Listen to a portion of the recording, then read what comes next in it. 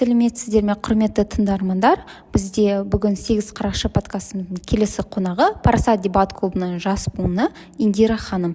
Индира ханым, сіз өзіңізді көрермендерге таныстырып кетсеңіз, өзіңіз жайлы қызықты фактілер болса, сол жайында айтып кетсеңіз. Менің есімім Индира, мен осы Парасат дебат клубының первашымын. Сонымен қатар қазақ тілі әдебиет мамандығында оқимын. Осында перваш болып жүргеніме 1 жыл болады. Жақында 2-ші курсқа қадам басамын. Жақсы, рахмет. Индира ханым, сізді осы дебат әлеміне қалай келдіңіз? Сіздің жалпы тарихыңыз бар шығар, осы жайында көбірек толығырақ естісек. Жалпы осы Парасат дебат клубына ең алғаш мектеп бітіріп түлек болып ұшып, осы универге документ тапсыру кезінде менде 2 таңдау болды, Петропавл немесе Қостанай. И менде интерестер, яғни қызығушылықтар туындайды. Мен қайсысына барсам артығырақ деген сияқты.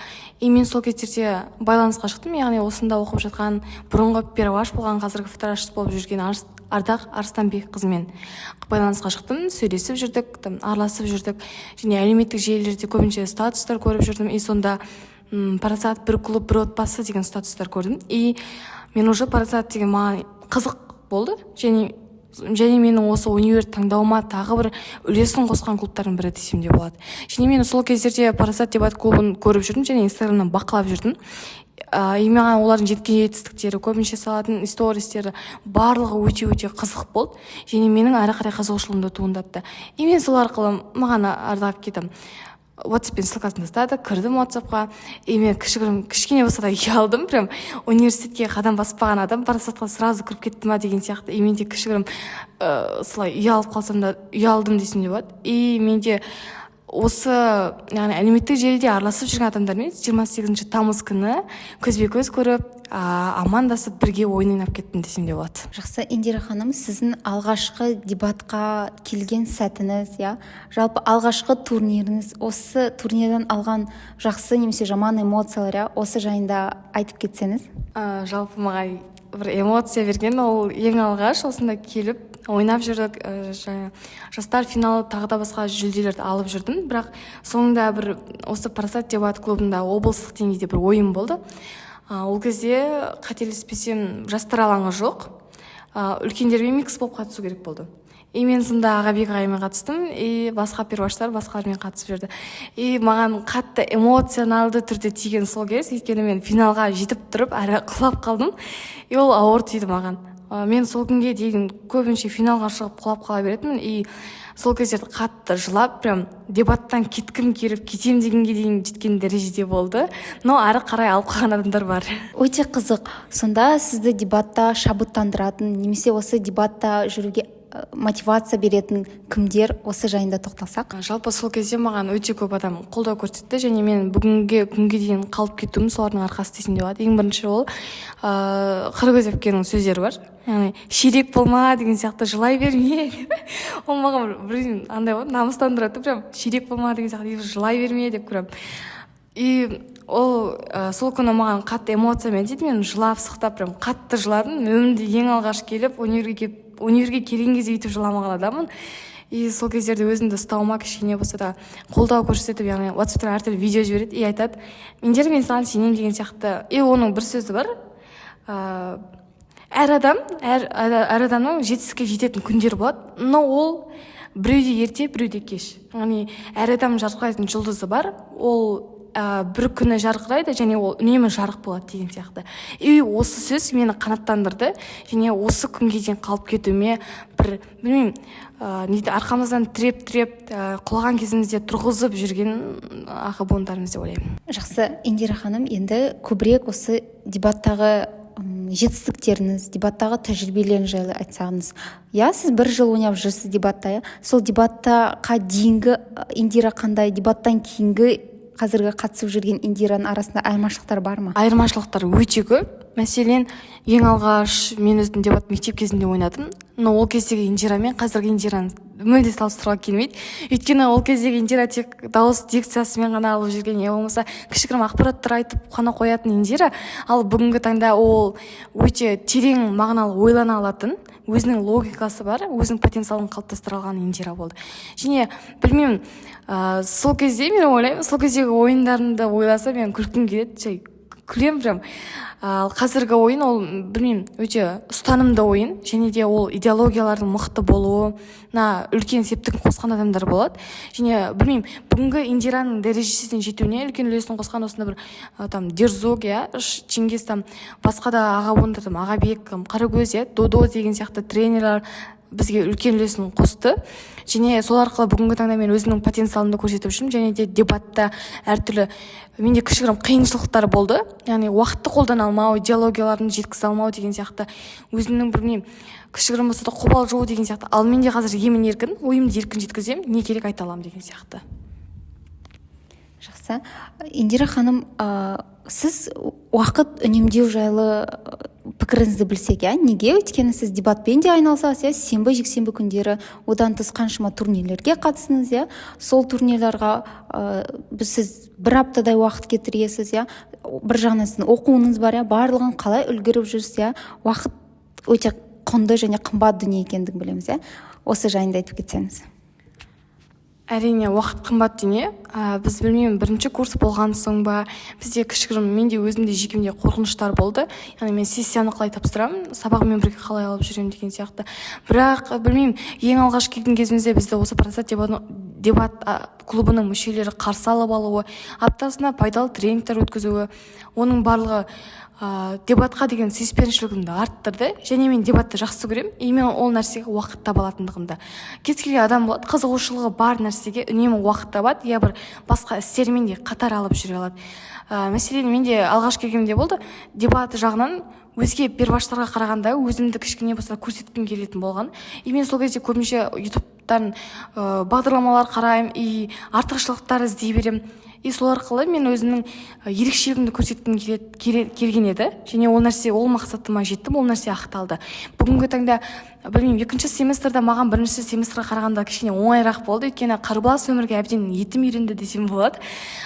И сабақ, яғни сабаққа бірден кіріп кету деген дүние емес, ол студенттік шақ бір-ақ рет келеді, онымен қатар бір-екі істерді де алып жүруің керек, және сенің ол жауапкершілігіңді арттырады, және келешекте сол нәрсеге сен үйреніп кетесің. Кез келген нәрсені екі жақтама алып жүру керектігін және уақытты пайдалы өткізу үшін сен уже күніңді жоспарлай бастайсың. Ал жоспарлы күн әрқашан нәтижелі, берекелі болатындығында. Жақсы. Индира ханым, енді келесі сұрақ сізге.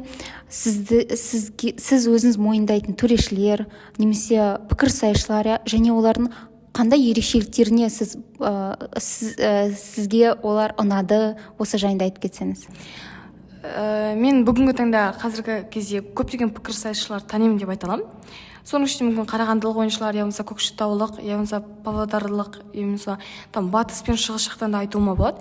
Білмеймін, соның ішінде маған қатты ойыны өтетін ол Павлодар, яғни Ақиқат клубындағы Айолым.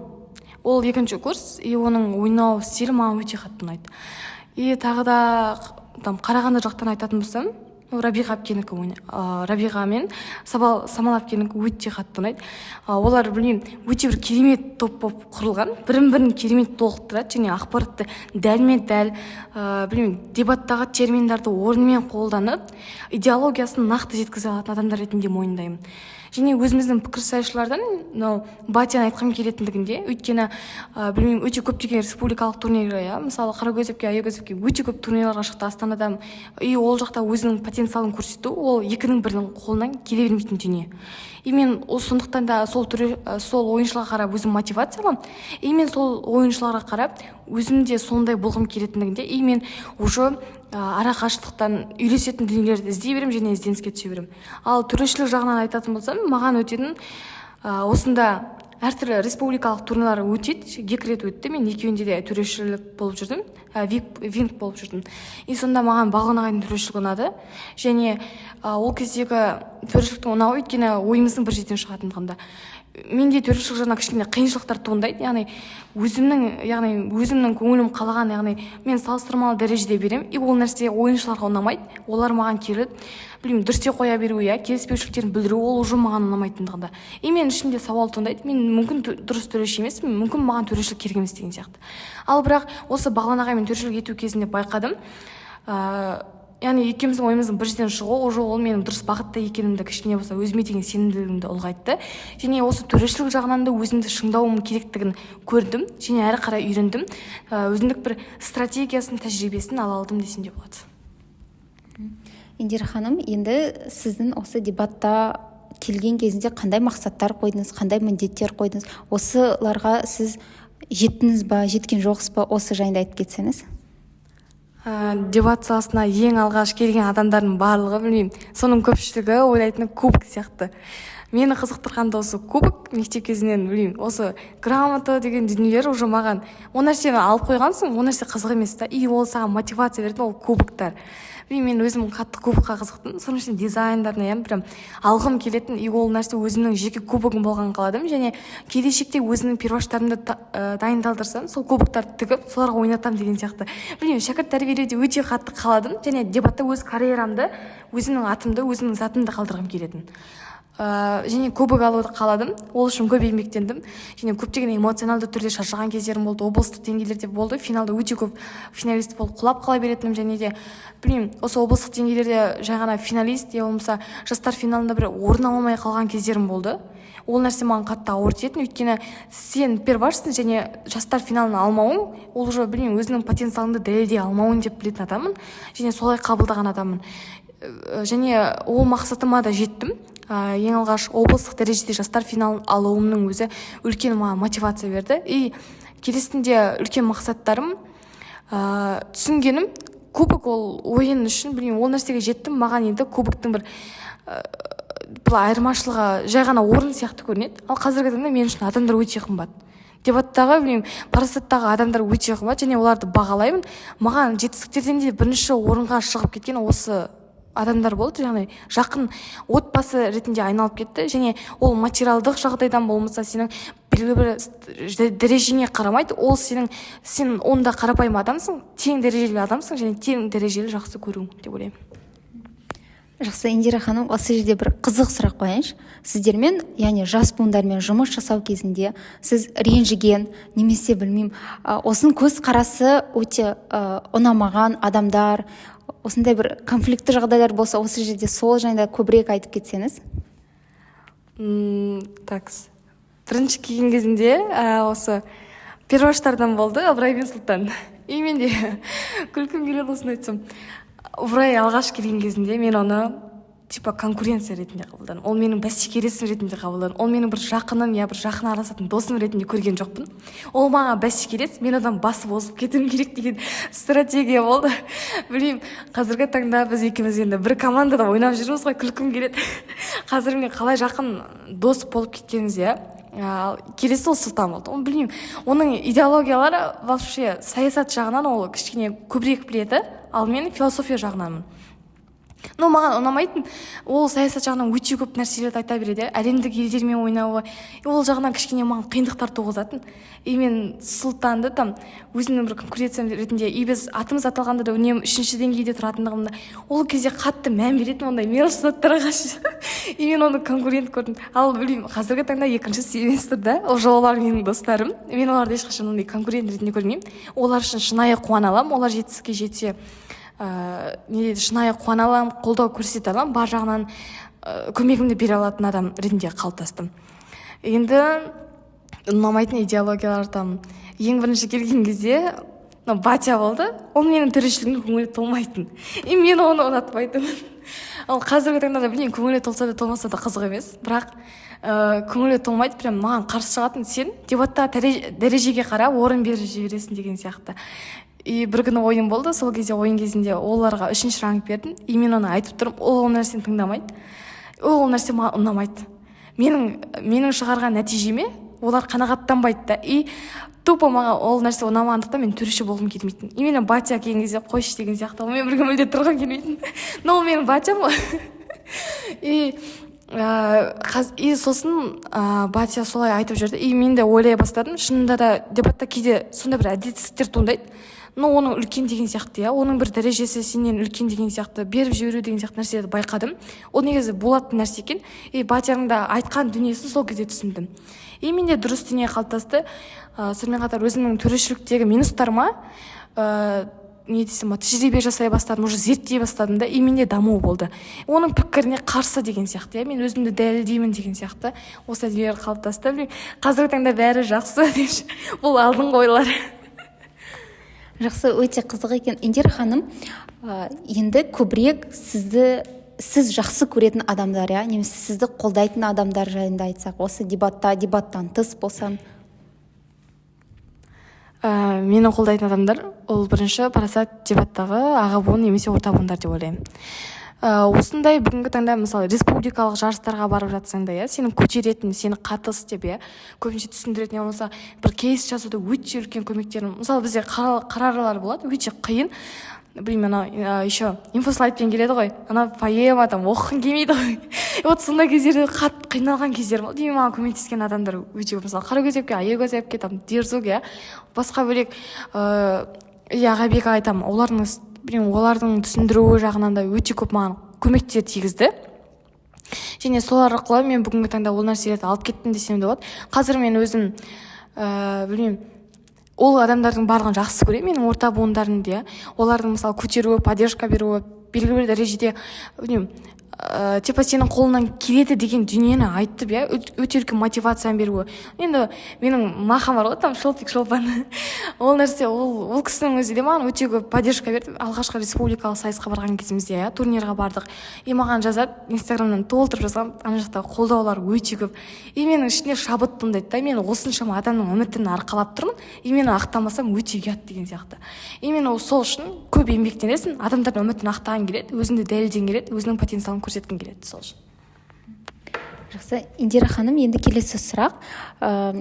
Сізді біз, білмеймін, көп жағдайда мен солай естимін, сіз өте сабаққа қатты берілген, сабақты өте жақсы оқиды деген секілді. Енді бізде стереотиптер бар, беске оқу қажет, беске оқитындардың өзінің бір лақап аттары бар, сізге сұрақ, беске оқу қаншалықты маңызды осы универ уақытының кезінде? Ең алғаш ата-анам болды, үйде сен неге алысқа тапсырасың деген сияқты, кез келген ауылда тұратын адамдардың проблемасы ол үлкен бір түлектерін десем де болады. Ата-анам айтады, олар қарсы болған жоқ, сенің өмірің, сенің таңдауың, сен өзің не істейсің, өзің қала деген сияқты, сенің мамандығына мені оқымаймын, ертең мен жұмыс істеймін келешекте деген сияқты. Ата-анамның осы идеологиясы өте маған өте үлкен қолдау көрсетті, және мен идеологиямда өзімнің еркін таңдадым таңдауларымды. Мәселен, Қостанай өңірін таңдадым. Мен және осында келместен бұрын ата-анам маған кішігірім нәрсе айтты. Яғни біз саған сенеміз, және біздің үйде енді алғашқы ағам бітірген, ағам қызыл дипломмен бітірді. И біз саған сенеміз, сен де осында қызыл дипломмен кел деген сияқты маған үмітін артты. И ол нәрсені сезінген мен, білмеймін, үздік болғым келеді, қай саламда болсам да, мүмкін дебатта, мүмкін өзімнің мамандығымда үздік деңгейде болғым келеді, және атымның үздіктердің қатарынан болғым келеді, және ортамның да дәл сондай болғанын қалаймын. И сенің өмірге келген соң артыңнан бір нәрсе қалыптастырып кету, ямыза тастап кету, ол білмеймін, үлкен бір еңбек десем де болады. Сол сияқты өмірге жай келіп, жай кеткім келмейді, өмірде өзімді дәлелдегім келеді. Және осы сабақтан болса да, тек дебатта ғана көшбасшы ретінде көрінгім келмейді, көбінше сабақта өзіміздің мысалы 30 адаммен оқып, оның ішіне өзінің потенциалын көрсетіп, шығып, барлық нәрседе белсенді болудың өзі үлкен бір еңбекті қажет етеді. Именно сол нәрселерді үздік болғым келеді, барлық жерде белсенді болып қатысқым келеді, өйткені студенттік шақ болсын, мамандығы, оның барлығы өмірде бір-ақ рет келеді. И сен бір-ақ рет келетін жерде атыңды тастап кету, ол маңызды дүние деп білемін. И мен сол үшін көп еңбектенемін. Ең бірінші ата-анамның үміті үшін, екінші өзінің үздік педагог ретінде қалыптасуым үшін, үшінші сол педагог саласында тәжірибелі маман ретінде артымнан шәкірттерді тәрбиелеу үшін үздік болу маңызды деп ойлаймын. Жақсы, рахмет. Индира ханым, осымен кішігірім сұхбатымызды қорытындылау мақсатында сізге екі сұрақ қояйық. Бірінші сұрақ, қазіргі өсіп келе жатқан жас буындарға қандай кеңес бере аласыз? Осы сұрақ. Екінші сұрақ, біздің подкастымыз 8 қараша атты подкастқа тілегіңіз, ұсынысыңыз, немесе жалпы жоба жайында сіздің көзқарасыңызды білгіміз келеді. Жалпы алдағы уақытта келетін перуаштарға айтарым, дебатты соңына дейін алып кету екінің бірінің қолынан келе бермейтін шаруа. Көбісі болады, жарты жолдан тастап кететін, ол менікі емес деген сияқты. Менің айтарым, егер сіздер нақты қадам жасасаңыздар, онда сол істі соңына дейін алып барыңыздар. Яғни сіздер дебатты дамуды бастасаңыздар, оны соңына дейін жеткізіңіздер, өздеріңіздің белгілі бір дәрежелеріңізді қалыптастырып кетіңіздер. Ал екінші дүние, ол осында келген кезде көптеген ізденістерді талап етеді. Дебат жалпы жан-жақтылықты талап ететін дүние. Ол жерде сен тек құр сөйлеп кете салмайсың, сенің бір идеяларың болу керек, сенің бір жаңалықтан хабарың болу керек, белгілі бір дәрежеде жаратылыстанудан болмаса да философиядан көптеген ізденістер талап етеді. Сондықтан мен айтарым, жаңалықтарды көп қарауы және ізденісте болуы, жаңашыл дүниелерге әуесқой болуын талап етер едім, егер мен перваштар болса. Және алдағы уақытта өзіме келетін перваштарымнан да талап етем, көптеп еңбектенуді. Яғни, білмеймін, дебатты бірінші орынға қойсын, және белгілі дәрежеде сол нәрсеге жетсін деген сияқты. Жетістік жолында еңбектенсін, және өзін көрсетсін. Сол арқылы сол нәрседен мотивация алған қалаймын. Және сол үшін айтарым. Ал енді осы 8 қарақшы жобасына айтарым, осы нәрсе бастап жатқаны өте бір игі істердің бірі деп ойлаймын. Өйткені әрбір адамның осы парасат дебат клубына келгендегі тарихы бар. Ол нәрсені тарихты ұмытпау үшін, осындай дәрежеде белгілі бір адамдар болған көрсету үшін бұл нәрсе өте, ақылды жобалардың бірі деп ойлаймын, бар ғой. Осы идеяны ойлап тапқан адамның өзіне мен ризамын. Өйткені осы нәрселерге менің жеке өзімнің ұсыныстарымды айта алуыма дейін мүмкіндік беріп отқандарына ризамын. Және алдағы уақыттарда жаңа идеялар болса, біздің жеткізуімізге де ыңғайлы жобалардың бірі деп ойлаймын. Дами берсін, өсе берсін. Жақсы, рахмет. Осымен біздің сұхбатымыз аяқталды. Тыңдаған барлық көрермендерге рахмет.